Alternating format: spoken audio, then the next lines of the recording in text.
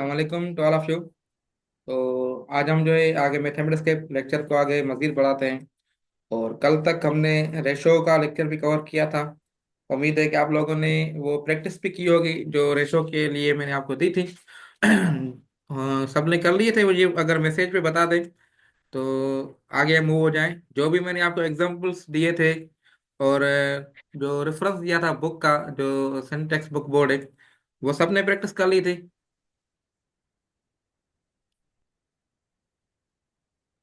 Yes, very good, clear है। तो आगे हम जो है आज वाली टॉपिक जो हमारी है रेशो एंड प्रोपोर्शन है। मतलब अब जो है रेशो जो है एक सिंपल बेसिक टॉपिक है इसकी, जो मैंने आपको कल भी बताया था। अब उसके बाद हम प्रोपोर्शन की तरफ भी मूव हो जाएंगे। तो इंशाल्लाह ये लेक्चर समझने के बाद आपको ये भी चीज़ें जो है कवर हो जाएगी।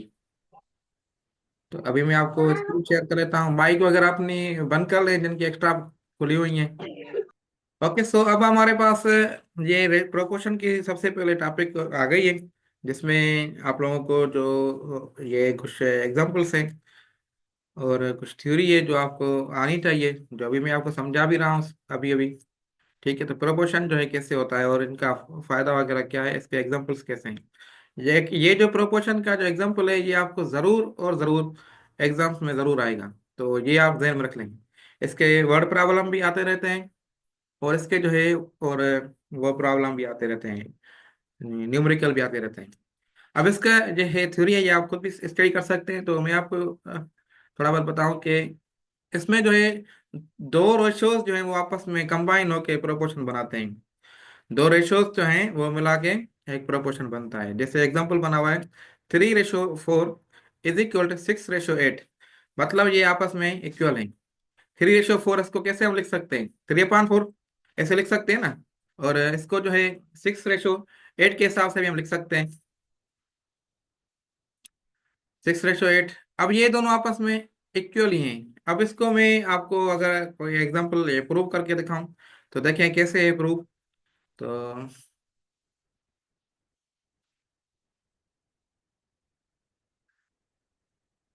ये देखें 3:4, मतलब 3:4 को हम 3/4 में लिख सकते हैं, इज इक्वल टू 6:8 को हमें 6/8 में लिख सकते हैं। ठीक है। तो अब देखें तो 2 रेशो ये 6 को हमें इसको मजीद सॉल्व करें हम 6/8 को। तो ये आपका जो है 3 टाइम 2 तो 6 हो जाएगा। ये 4 टाइम 2 ये 8 हो जाएगा। तो मतलब 3/4 इज इक्वल टू 3/4। देखिए प्रूव हो गया। तो इसी तरीके से हम देख सकते हैं और कह भी सकते हैं कि आपस में जो है ये दोनों इक्वल्स हैं। ठीक है। तो अब जो है मैं आपको नेक्स्ट एग्जांपल भी शो कराता हूँ। मैं ये कैंसिल कर दूं।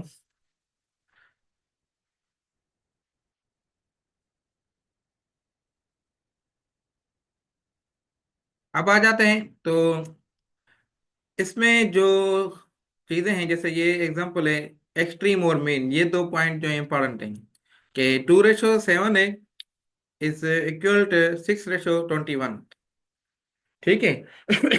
तो इसको जो है ऐसे भी लिखा सकता है, जो बराबर की सिंबल इधर मैंने बताई थी ना, तो इसको दो चार डॉट्स के इस बेस पे भी लिखा जा सकता है। इसका मतलब भी ऐसे ही है। इसको अगर मैं 2:7 करूं और इसको मैं प्रोपोर्शन की सिंबल देके 6:21 करूं, तो इसको मैं ऐसे भी लिख सकता हूँ 6:7 और 6:21 और 2:7।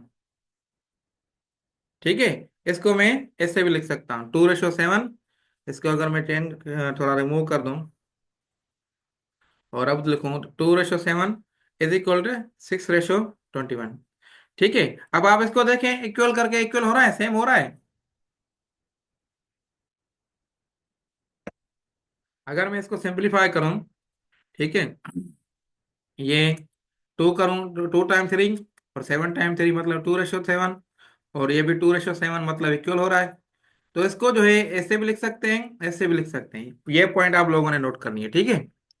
इसको जो है मैंने ये देखें इसमें लिखी हुई है, in the proportion the equality sign can be replaced by ये जो सिंबल है 4 डॉट्स।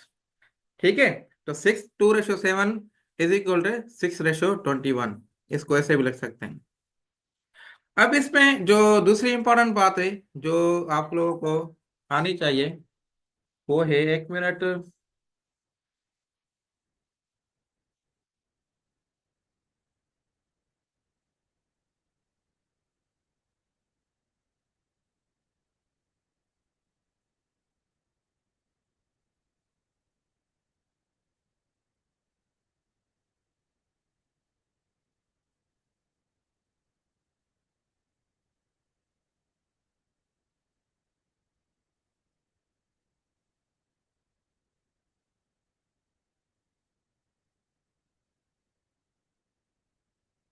ठीक है, तो आप जो है इसको मैं 2:7 इज इक्वल 6:21, इसमें एक मीन होती है, दूसरी होती है एक्सट्रीम। ठीक है, मीन्स और एक्सट्रीम को आप लोगों ने पहचानना जरूरी है आप लोगों के लिए। अब इसमें जो मिडिल वाली जो दो नंबर्स हैं, ये मीन्स होते हैं। और लास्ट वाले जो नंबर्स हैं, दो लास्ट नंबर हैं, इनको एक्सट्रीम कहा जाता है। पॉइंट नोट कर लिया आप लोगों ने? तो आप अपने पास ये नोट किया करें जो इंपॉर्टेंट पॉइंट मैं बता रहा हूँ ना।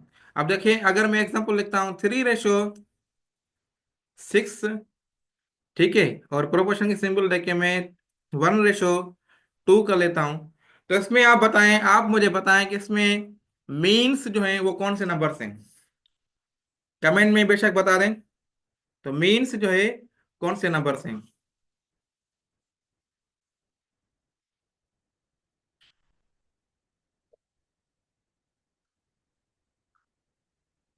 Well done. 6 और 1 जो है, ये जो है मीन्स हैं। और 3 और 2, ये क्या है? 3 और 2 क्या है, ये कमेंट में बताएं बेशक। Well done. ये एक्सट्रीम्स हैं, वेरी गुड। ठीक है, तो ये आपको मीन्स और एक्सट्रीम पहचान में आ गए। अब इसमें क्या होता है कि एक ये बात नोट कर लें कि product of means is equal to product of extreme. यार मैं इसको ऐसे लिखूं, प्रोडक्ट ऑफ एक्सट्रीम, एक्सट्रीम दोनों की, ठीक है, वो इक्वल होते हैं, किसके होते हैं equal? Equal to product of means. मतलब मल्टीप्लीकेशन ऑफ एक्सट्रीम्स, दोनों एक्सट्रीमों की आपस में मल्टीप्लीकेशन, और मीन्स की आपस में मल्टीप्लीकेशन, ये जो है दोनों बराबर होती हैं। क्लियर हो गई बात? अभी आपको ये जो दोनों मैंने प्रोपोर्शन लिखे हैं, इसमें मैं आपको दोनों में ये प्रूव करके दिखाता हूँ।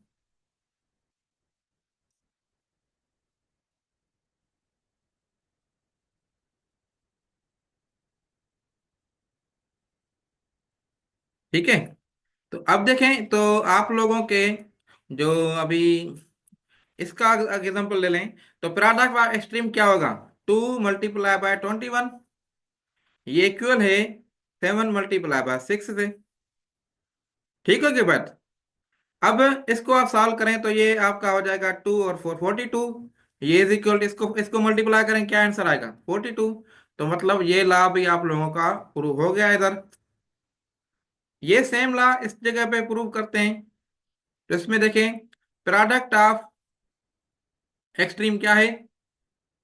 यस, प्रोडक्ट ऑफ एक्सट्रीम क्या है? एक्सट्रीम ये दो है ना। तो प्रोडक्ट ऑफ एक्सट्रीम क्या होगा? 6 हो गया, 3 × 2। और प्रोडक्ट ऑफ मीन्स क्या हो गया? 1 × 6। तो ये भी देखें, 6 × 6। तो मतलब ये आपका जो है प्रूव हो रहा है 100%।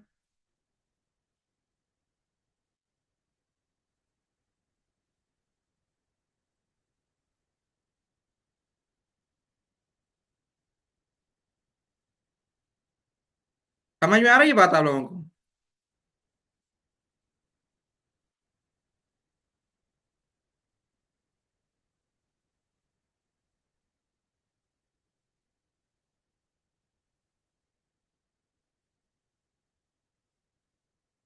अब जो है आगे मूव हो जाते हैं, मजीद एग्जाम्पल देखते हैं, ठीक है।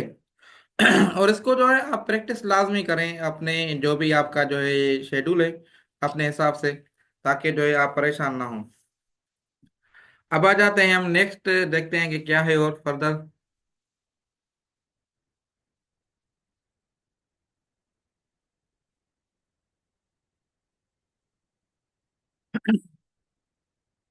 ये सारी चीजें मैंने आपको अब जो आपके पास ये एग्जांपल है, identify means and extremes in the following.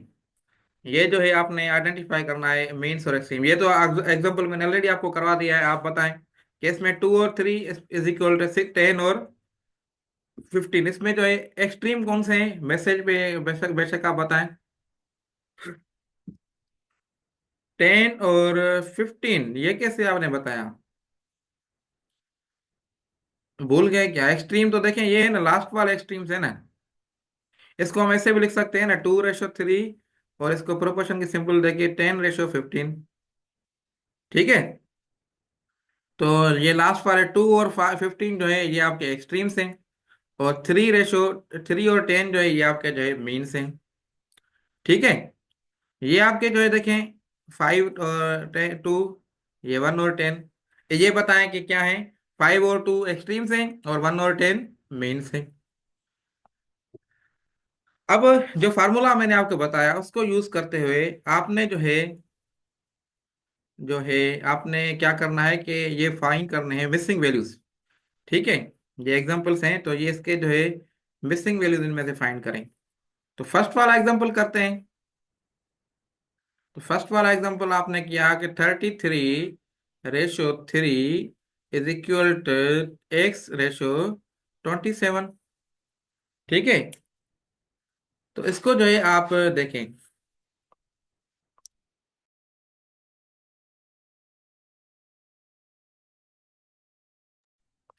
अब इसमें एक्स की वैल्यू मालूम करनी है। अब आप कर सकते हैं ना मालूम एक्स की वैल्यू? नहीं कर सकते। 33 और 27 को आप आपस में मल्टीप्लाई करें, और 3 और x को आप आपस में मल्टीप्लाई, यही फार्मूला बताया है ना मैंने, प्रोडक्ट ऑफ मीन्स। और दूसरा क्या बताया, is equal to product of extremes. तो प्रोडक्ट ऑफ मीन्स इसको 3x कर लिया आप, इज इक्वल टू, और ये आप मल्टीप्लाई करें तो ये आपका 33 × 27 हो रहा है। ठीक है। अब इसको आप सॉल्व करें, जल्दी जल्दी बताएं कि इसको आप मल्टीप्लाई करने के बाद आपको क्या आंसर मिलेगा। 33 × 27। यस। तो 3x, आई थिंक ये आपका 891 होगा। ऐसा ही है। ठीक है। अब ये अलजेब्रा हमने अभी तो नहीं पढ़ी, लेकिन आपको आनी चाहिए।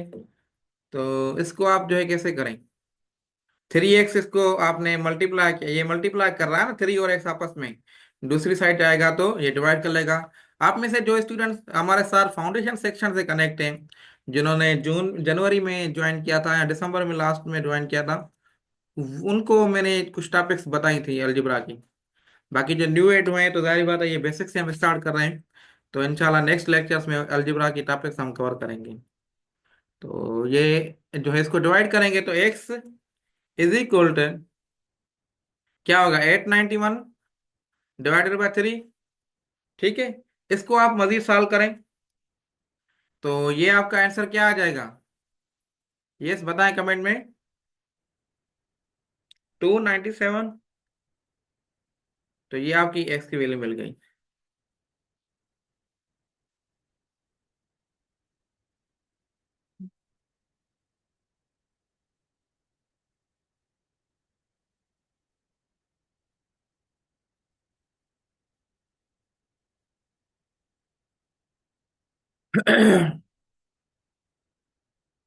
ठीक है। अब इसको प्रूव भी करना है। अभी आपको आंसर निकाल लिया आपने, इसको आपने प्रूव भी करना है। अभी आजान भी हो रही है, मैं अगर 1 मिनट वेट कर लेता हूँ तो।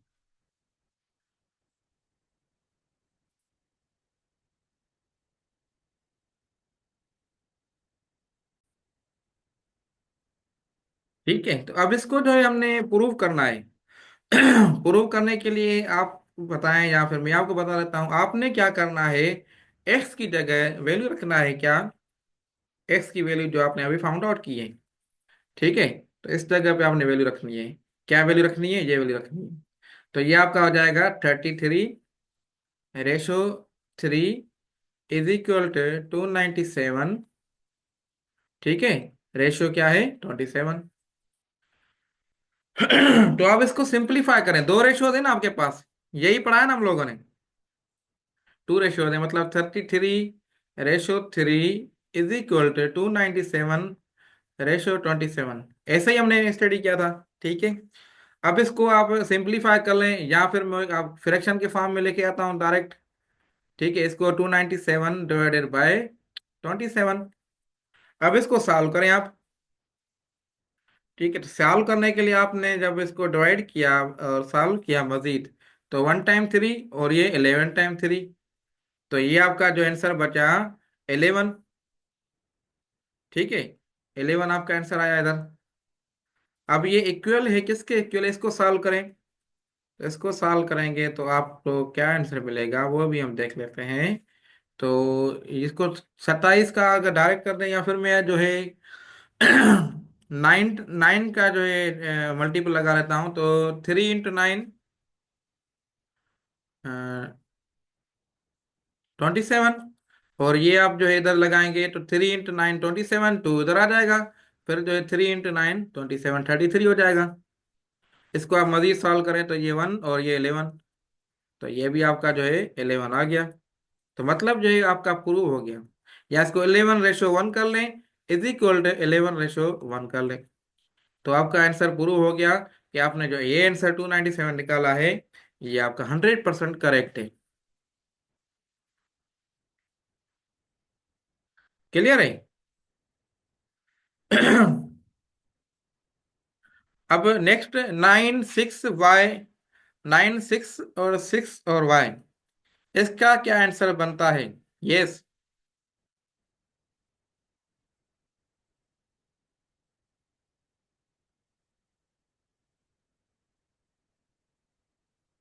इसका आंसर कैसे बनेगा? Y is equal to 4. y = 4 कैसे निकाला आपने, देखते हैं।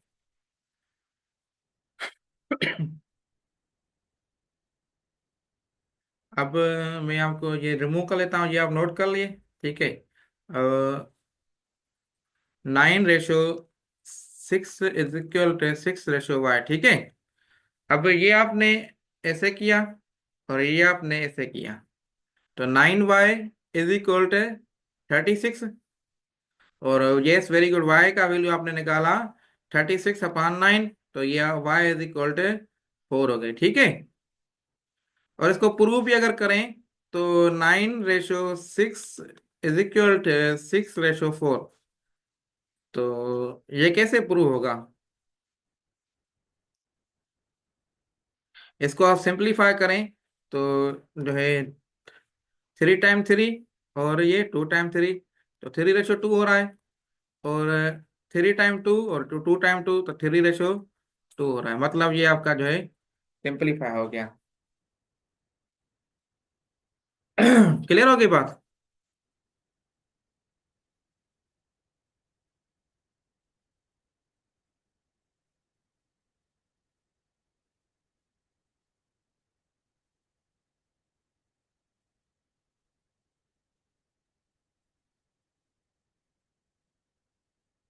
नेक्स्ट अब देखते हैं,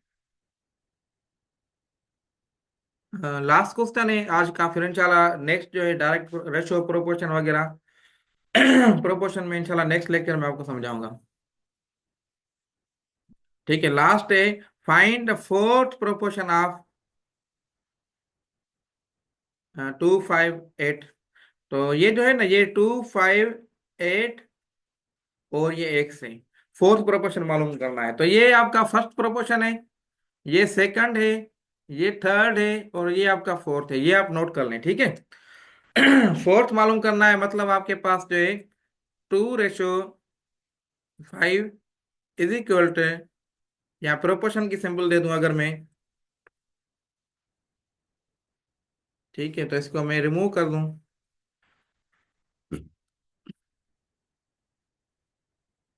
तो ये 3 और ये क्या है, 8/x।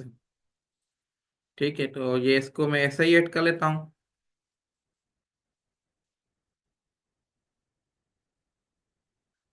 अब x की वैल्यू मालूम करनी है।